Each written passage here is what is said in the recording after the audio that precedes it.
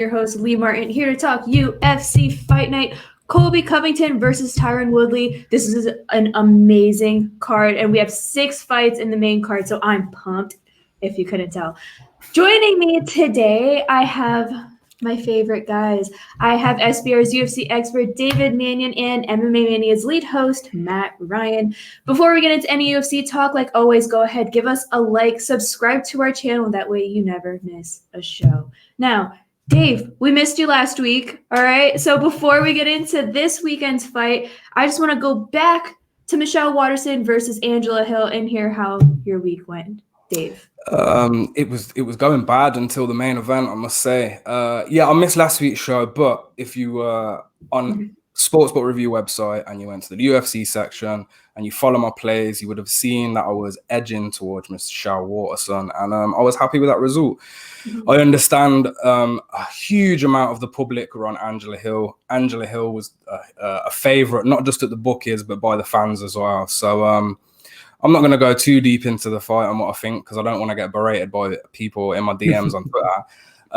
But I will say that I had no problem with the decision, obviously, because my money was behind Karate fighting. So it was a great week, yeah. Wonderful. How about you, Matt? How was your weekend? I was so wrong. I tried so badly, and I failed just as badly.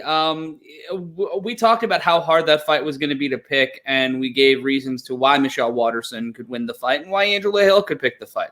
I picked Angela Hill because I thought that coming off of that very wonky loss in her last fight, she'd be able to bounce back and grab the win. I was wrong. Dave was right. I will wear the cone of shame. You can pick any of the books behind me on my bookshelf to throw at me. You can follow me at M. Ryan Consulting, pick the book, and my dog will throw them at me. But another week and another chance, 6 chances to redeem myself, and I'm not looking forward to who I'm picking for the main event. Just saying that right now. All right. Well, this weekend's going to be a much better weekend, so let's just jump into it. We're back at the UFC Apex, so let's get the main card breakdown started. We're going to start off with middleweight Kevin Holland versus Darren Stewart via BetOnline. We have Holland minus 255 and Stewart plus 215. Dave, since we missed you last week, we're going to start off with you. Can you give us your breakdown and pick for that fight? Sure. Kevin Holland, if you don't know who he is, you haven't been watching UFC at all through the lockdown, because this guy, he just wants to fight, and through the cancelled bouts and the fights that he's won, he's now facing Darren Stewart, who also had cancelled bouts, which is expected with Corona. Kevin Holland, 18-6-0. One thing that stands out about Kevin is his evolution from fight to fight. He is continuously getting better in my opinion, and that is all down to the experience that he's taking in whilst fighting for the UFC. In this fight in particular, he's going to have a significant size advantage. I think it's about 7 inches. He's a Kung Fu black belt, but more importantly, he's a BJJ black belt, which he must have picked up recently, because I remember last time we broke him down, he was a brown belt. So I'm not sure where that black belt came in, but it came in. And the former XFO champion, he just fought. He is in 2 weight classes, and the only time he seemed to have struggled in the UFC was Brendan Allen. And I say struggle, and I mean that's just with getting tapped out, because earlier on in the fight, he was giving it to Brendan Allen really like nobody else has thus far. He got body lock takedown within 30 seconds. Won the fight via second round submission by making it his style of fight, but Holland welcomed that challenge where he probably should have fought twice. I mean, with that said, he did scramble quick in that fight, and he remained on top for a significant part of that first round. It was just Brendan Allen. He did look compromised. The blood was dripping everywhere. And I think that's why in the first, Kevin, he locked in a choke on Allen, and he couldn't get it. He couldn't get it. And I think that was down to the blood, because it gets real slippy. And then second round came out with the same plan. He didn't learn that Allen's, best chance was to get the tap, and he learned that the hard way. He was winning on the scorecards, in my opinion, and then he got choked. Seems like he put too much energy maybe into his grappling exchanges and transitions on the ground. But look, since that loss, boy, he knocked out Anthony Hernandez in the first round, and I think he's a true martial artist in the sense of he loves to use all 8 limbs, right? Joaquin Buckley, wow, the mini Mike Tyson who he fought in his last fight, got put out in the third round, and that was a beautiful fight to watch. Not just the striking exchanges, but the smack talk that was going on. And go watch Joaquin Buckley versus Kevin Holland, because you'll find a lot of entertainment from that one. But back to the point, utilizing his strength and power shots didn't work for Buckley. Now watching Holland handle Buckley so well, that puts my confidence in him. I know Darren Stewart is a powerhouse and he has got talent, and he trains 2 hours from me in London at London Shoot Fighters. He's got the perfect look. You can make cases for Darren Stewart. He's got the perfect training partner in MVP. Michael Venom Page. He's got the exact similar body type to Kevin Holland, strikes at distance. So, you know, Stewart could think in his head that he's ready for this, but Kevin Holland has been so well-rounded recently. It is hard to go against him. I hold my hands up though, because I have had a bad read on Darren Stewart. I've predicted his last 3 fights wrong.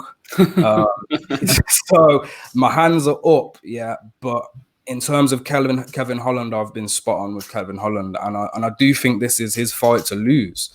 The matchup is harder than I'd suggest, but I do side with Holland.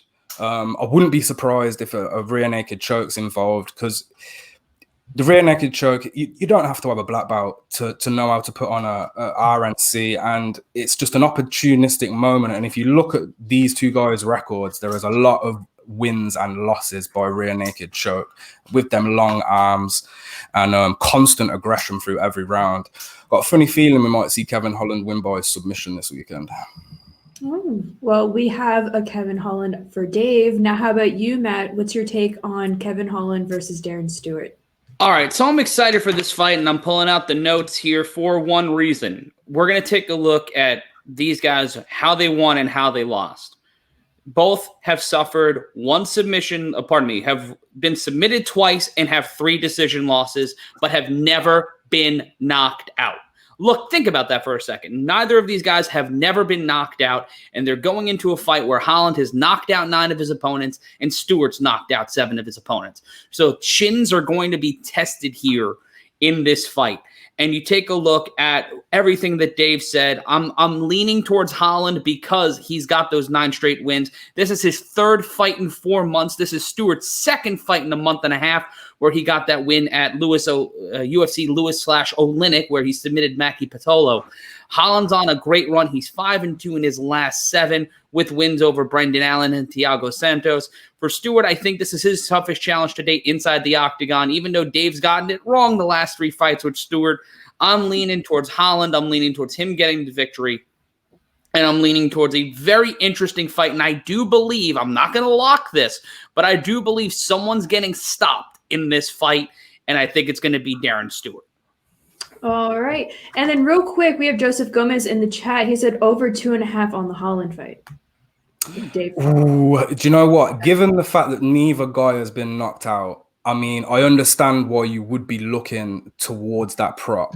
But as Matt's already mentioned, I just feel like there's going to be a submission. And that submission could come in round 1, round 2, or it could come at the end of round 3. It's just too many variables going on for the over-under for me. So personally, right now, it's a bit of a stay away. All right. Well, there you guys have it. Again, if you want to get in on this fight via BetOnline, Holland is -255 and Darren Stewart is +215.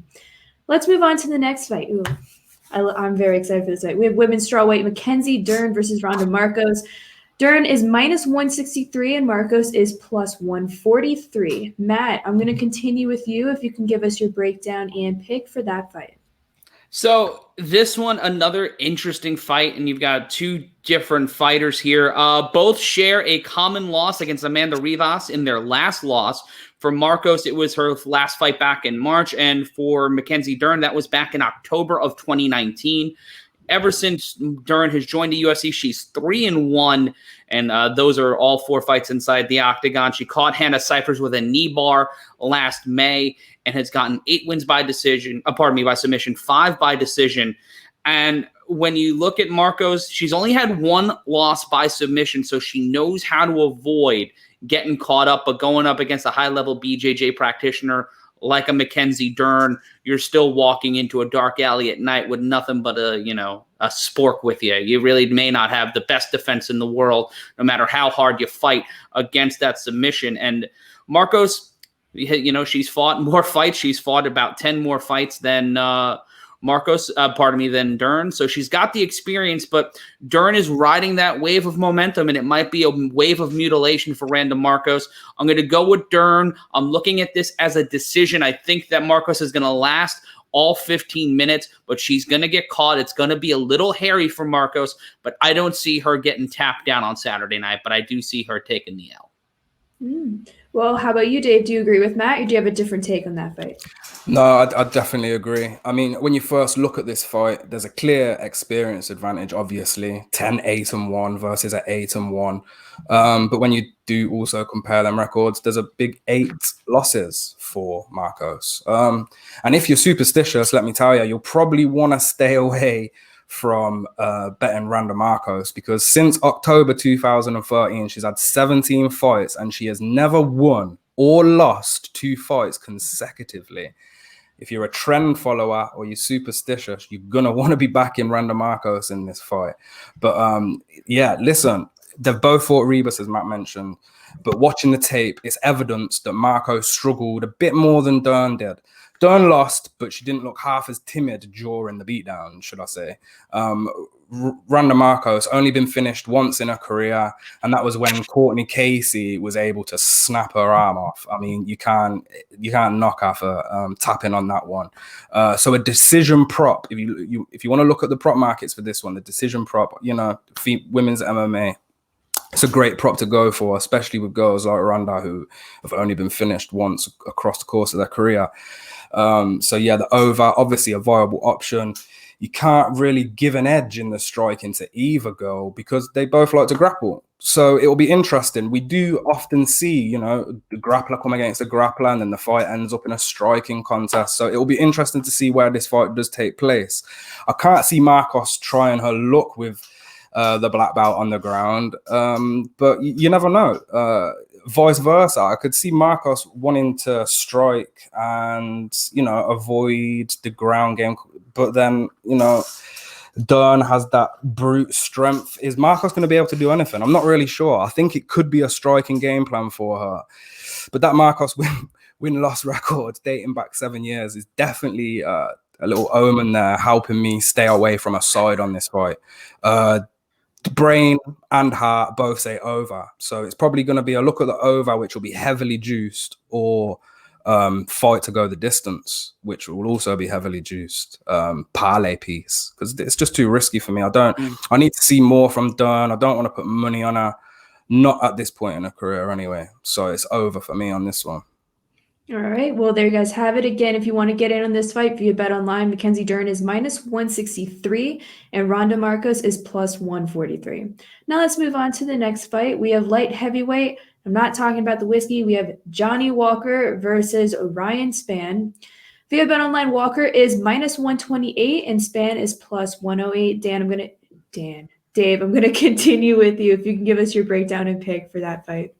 Sure. I mean, I said the last fight was hard to predict, but I feel this one is even harder. Yeah. Look at the records to begin with. 17-5-0 versus 18-5-0. I mean, Jesus wept. I don't even know where to begin. Both men have got 30 stoppages between them. And there is no ratio bias either in that. Walker has one more finish than Ryan Spann does. I think it's safe to say if you are going to take this fight to go the distance, you're going to be in for one wild ride. Let's go back to Dana White Contender Series. Carl Roberson, 8-fight win streak. Last time he fought someone with serious hands was Carl Roberson. The LFA fights, meh. Second Dana White Contender Series fight was also a bit of a meh. His debut fight was also a bit of a meh. And then he got his first big step up in competition, really, against Nogueira. But Nogueira was an old Nogueira. So it's hard to say that Ryan Spann has been as successful in the UFC as Walker, because I just don't think the level of competition has been the same. Now, obviously, Nogueira is highly decorated, but he is way past his prime.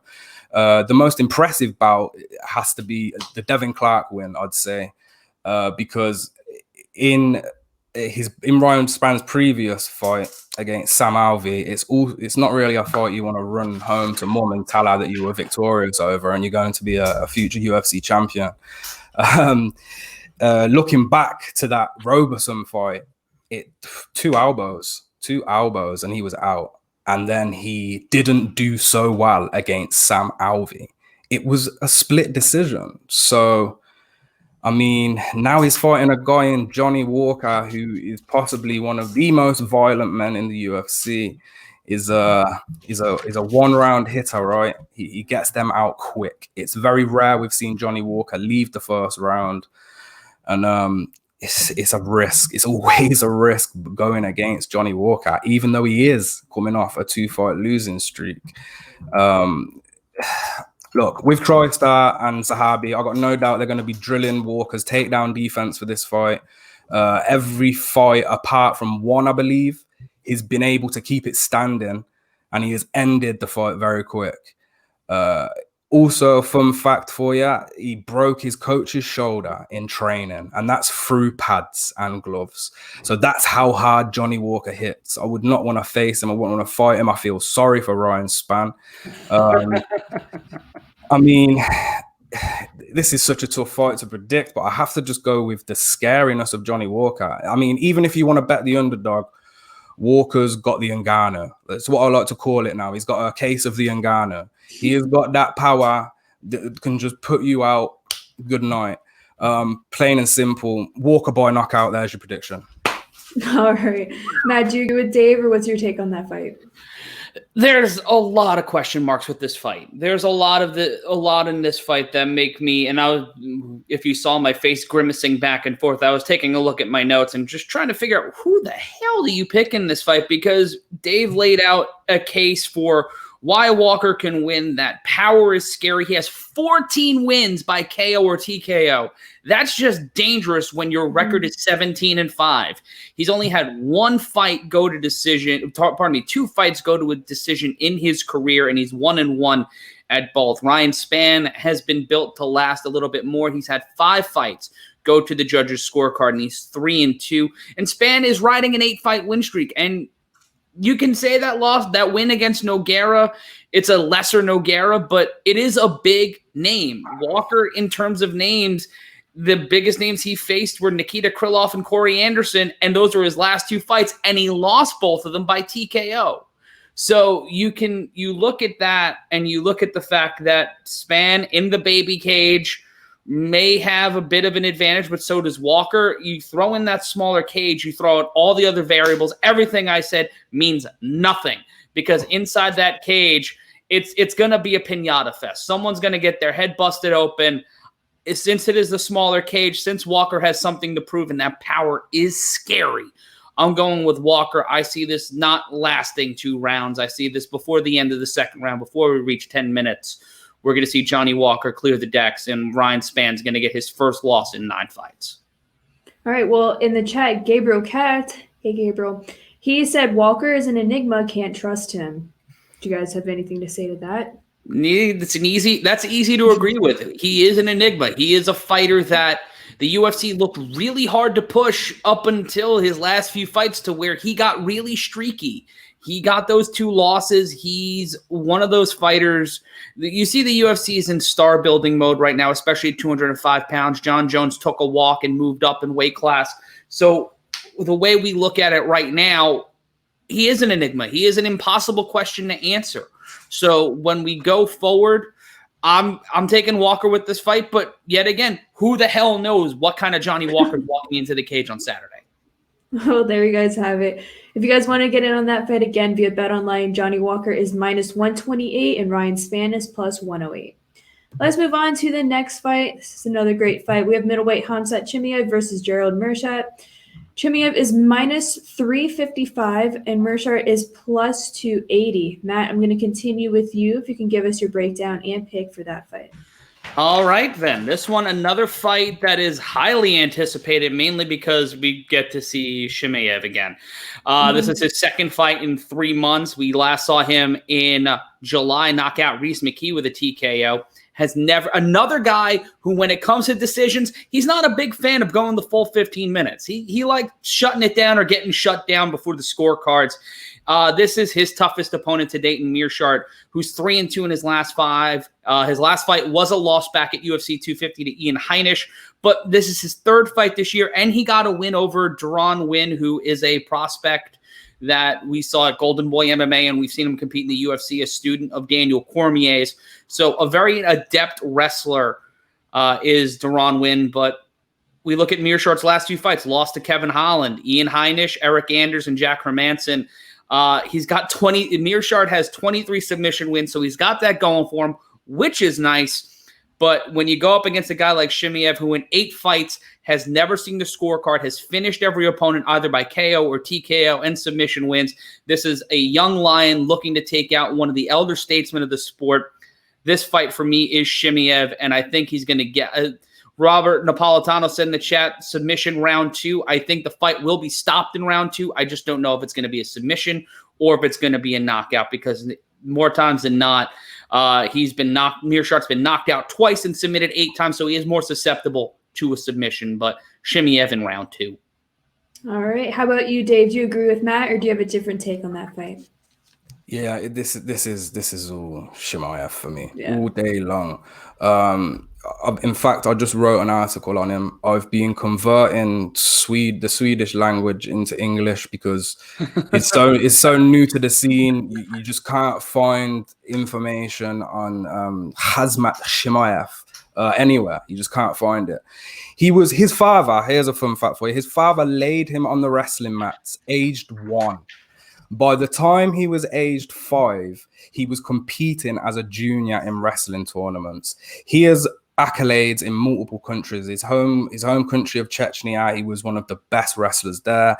He moved to Sweden. He dominated all the tournaments in Sweden. He grew up opposite the wrestling club that he wrestled for.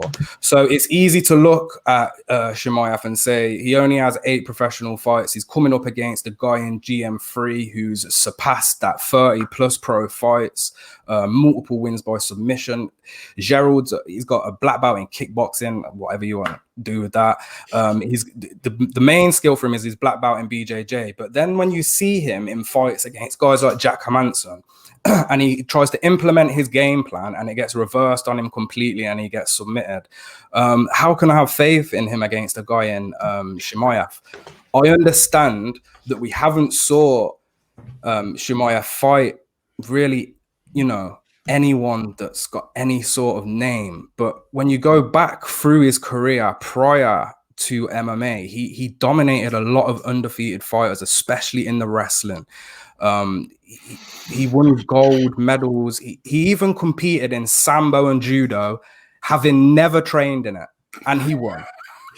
He's never trained in Judo or Sambo, but he competed in the tournaments and he won 4 of them.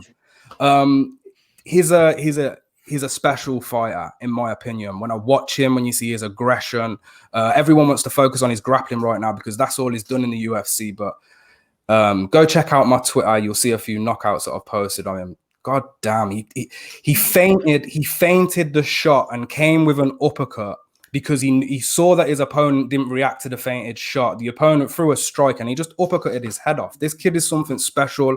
I really do think he is not a hype train.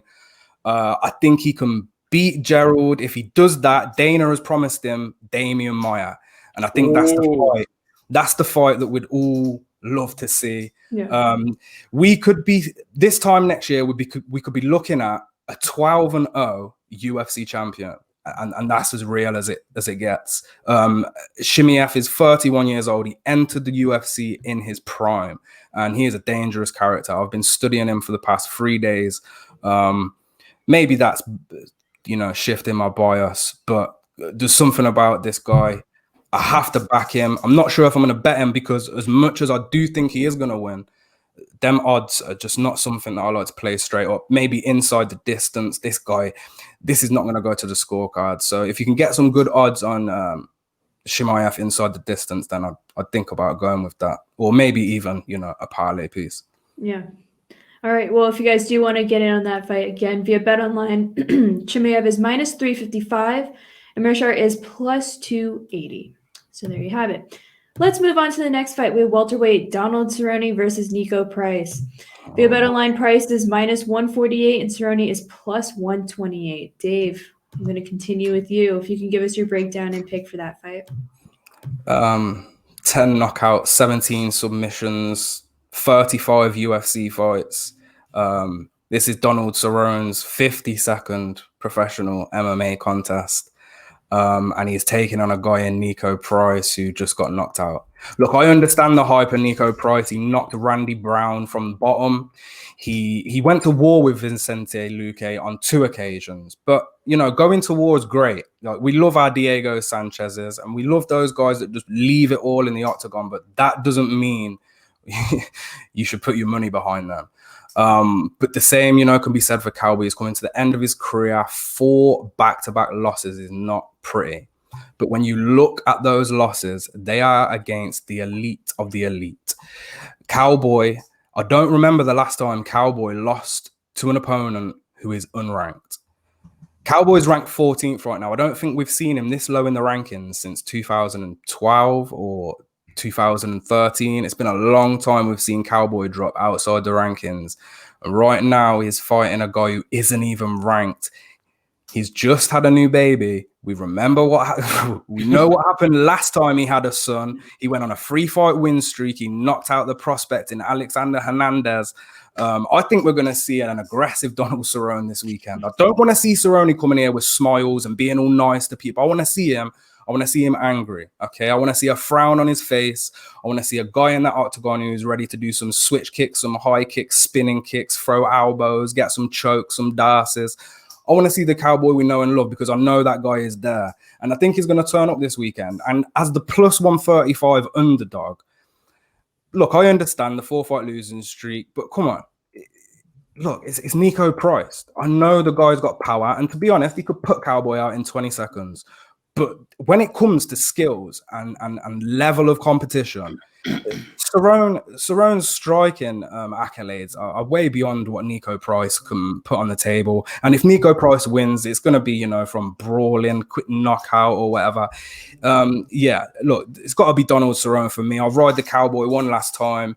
I think if he loses this, there is a good chance this could be his last fight. I'm not sure how many times you can lose and continue, especially if you've been knocked out a couple of times during that. But I will say, look, Anthony Pettis, the fight went the distance. So, it's not, I wouldn't say that Cerrone's chin has completely gone. He's been getting knocked out by killers. Like, come on. Everyone can say, oh, chin's gone. And we'll speak about the same thing with Woodley as well. These guys are losing, but they're losing to the world's best fighters. So, it's hard to compare a 10-2 fighter who's on a 4-fight losing streak to a guy like Donald Cerrone who's on a losing streak to the likes of people like Conor McGregor. So yeah, for me it's Cowboy plus 135 at BetOnline. And I've access to BetOnline. Obviously, Sportsbook Review have you covered on all those odds, but them odds are they're great for me, and I'm more than happy to put half a unit on Donald Cerrone coming off 4 back-to-back losses because he's that damn good. All right, there's some value right there. Via BetOnline, Cerrone's plus 128. Now, Matt, do you agree with Dave, or do you have a different take on that fight? All right, before we take our horse down to the Old Town Road, we got 5 names right here. Al Iaquinta, Tony Ferguson, Justin Gaethje, Conor McGregor, and Anthony Pettis. Those are Donald Cerrone's last 5 opponents. The 4 qualified UFC Hall of Famers, how many former interim champions at 155, and then the best real estate agent in Nassau County, New York. So quality opponents for Donald Cerrone in his last 5 fights. Niko Price got got at UFC 249 by Vicente Luque. He's 3-3 in his last 6 fights. But here's the interesting thing about it. All of the fights have ended by KO or TKO. Nothing else but someone getting stopped. Someone was looking up at the lights. Herb Dean or whomever it was had to stop the fight in Niko Price's last 6 fights. So he's the perfect opponent for Donald Cerrone because this one, Donald's not going to have to wait long to go to the bar, come hell or high water. And I agree with Dave. This is probably Donald Cerrone's last fight. And we're going to see one hell of a performance from one hell of a fighter. I've got to ride with the Cowboy too. I think Price, this is his biggest opponent to date. If you look at the resumes, Donald Cerrone's a UFC Hall of Famer. He should be handed a gold jacket inside the octagon no matter what on Saturday night. Yeah, he should. For me, you can't bet against Donald Cerrone in this fight if you're a fan of mixed martial arts, if you're a fan of the history of the sport. And you also just look at how Donald Cerrone's done against young, unproven competitors. He has been one of the, and someone in the chat said it, Jive Man said Donald Cerrone's a good gatekeeper. And on Saturday night, I don't think he's going to let anybody pass. None shall pass on Saturday night under the Cowboys' watch unless Niko Price has got concrete in his hands. But I'm going with Donald Cerrone here. All right. Well, there you guys have it. If you want to get in on that fight via Bet Online, Niko Price is -148 and Donald Cerrone is +128. Now let's move on to the main event. We have welterweight Colby Covington versus Tyron Woodley. Via Bet Online, Covington is -340 and Tyron Woodley is +280. Matt, I'm going to continue with you. Can you give us your breakdown and pick for the main event? This fight makes me so angry. It makes me so damn angry because I feel like I've made it abundantly clear on this program that I do not like Colby Covington. Yeah. I do not like his retread of 1980s wrestling characters that should be left in the past. I'm a wrestling fan. I'm a professional wrestling promoter, for God's sake. And I can cut a better promo than Colby Covington. Hands tied behind my back, blindfolded, thrown into the desert for 5 days. I can walk back and cut her a better 2-minute than Colby Covington because whoever's writing his jokes are just really sad. It's like Vince Russo's writing his bits, and then no one should have that happen. This fight has been something we've been looking forward to for what feels like a millennia. This fight has almost happened. This fight has been talked about. And now finally, after all the buzz, all of the burn from both of these guys have faded away, we're finally seeing it on a fight night card instead of on pay-per-view. And that's Colby Covington's fault. Straight up, no chaser, straight cash, homie. This is Colby Covington's fault that this fight is not on pay-per-view, that it's not next week. It's not a co-main event. It's an ESPN main event. And last time that Colby Covington was in a late summer, early fall fight on ESPN, he dominated a former champion in Robbie Lawler. I was at that fight. I was at that card. And Colby Covington was a devastating fighter. But now you look a year later. You look at the loss on pay-per-view to the rightful champion, Kamaru Usman. You look at how he got pieced up. You look that he got chased out of his own gym. My man's got dragged out of American Top Team. Greg Hardy fights an American Top Team. Google Greg Hardy bed of guns. That will answer any questions about moral fiber when it comes to certain things. Colby Covington. And I'm sounding like a YouTube reviewer now. Let me slow it down. When it comes to Colby Covington, he is an outstanding fighter, but he is someone who's gotten inside his own head and believes his own gimmick. And he's going up against a Tyron Woodley who has not had the best win-loss record. We've talked about it on this show, about the Tyron Woodley we've seen lately. And it's post-peak. It's a post-peak Tyron Woodley. But I think this is a fight that we're going to see that old Tyron Woodley one last time. And who's been training with Covington? He's not at ATT anymore. He's got Colby Covington Inc., whatever the hell that is. And you look at it from the perspective of nothing much in camp has really changed for Tyron Woodley this year. I think this fight, Chris once saying Woodley for 0.5 and won't go to the distance, 1 unit. I think this fight goes the distance. I think we're going to see this go to the scorecards. But I think Tyron Woodley's wrestling is going to be shown out here, and I think we saw that Colby Covington can get pieced up. He leaves openings to get hit, and get hit hard, and get hit badly. We saw that in the Usman fight back in December.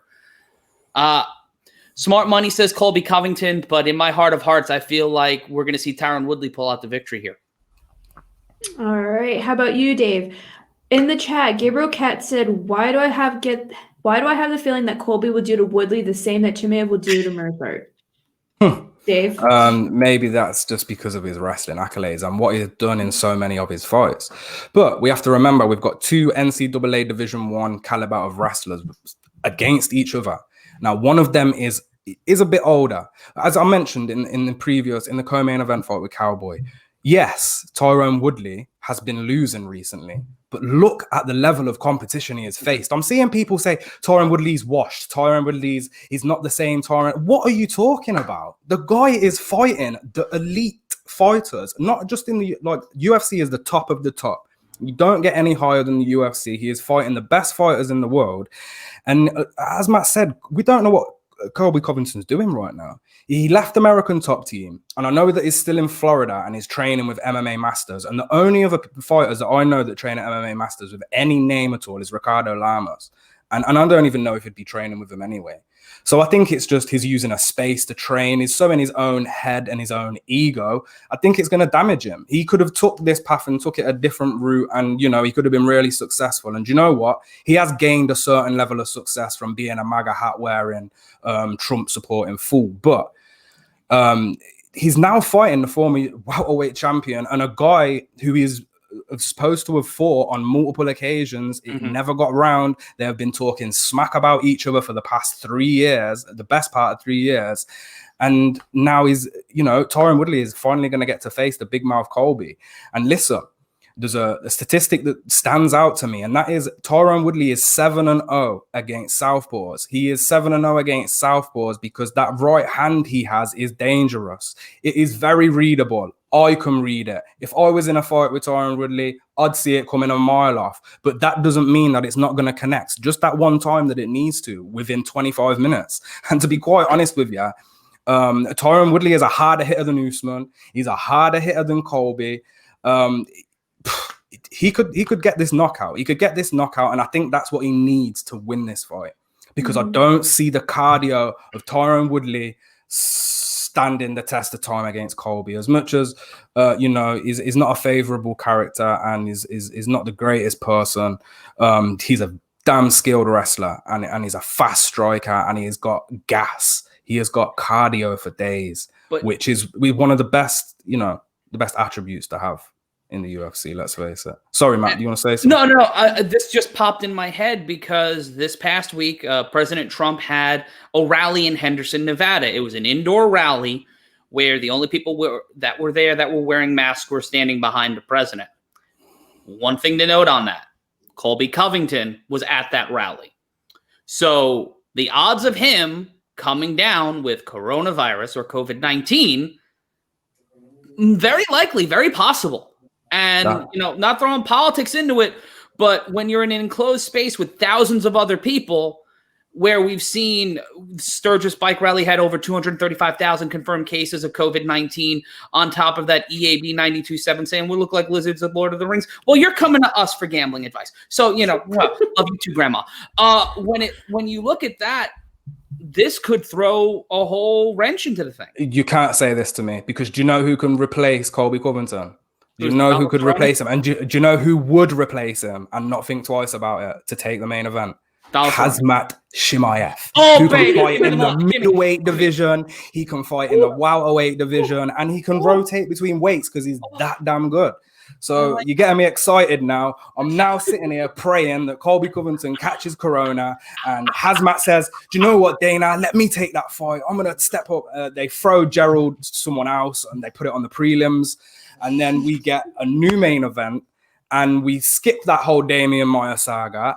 Khamzat does what no one else has ever done. He comes in, defeats Tyron Woodley. He's 9-0 professional fights, 3-0 in the UFC, and then is now ready for a title shot. That would be incredible. I'm not sure they want to fast track him like that. And we have to wait for Colby to catch COVID first. But yeah, it was a great point. And look, all the momentum and variables, they're favoring Covington. I wrote this in my first look article. It's hard to discredit Woodley because he's fought the elite. Covington's going to not have the power advantage, but he's going to have the speed advantage in the striking. But as I mentioned, that southpaw record is scary. And look, I did side with Covington, and them odds are 320. They're ridiculous. They are stupid.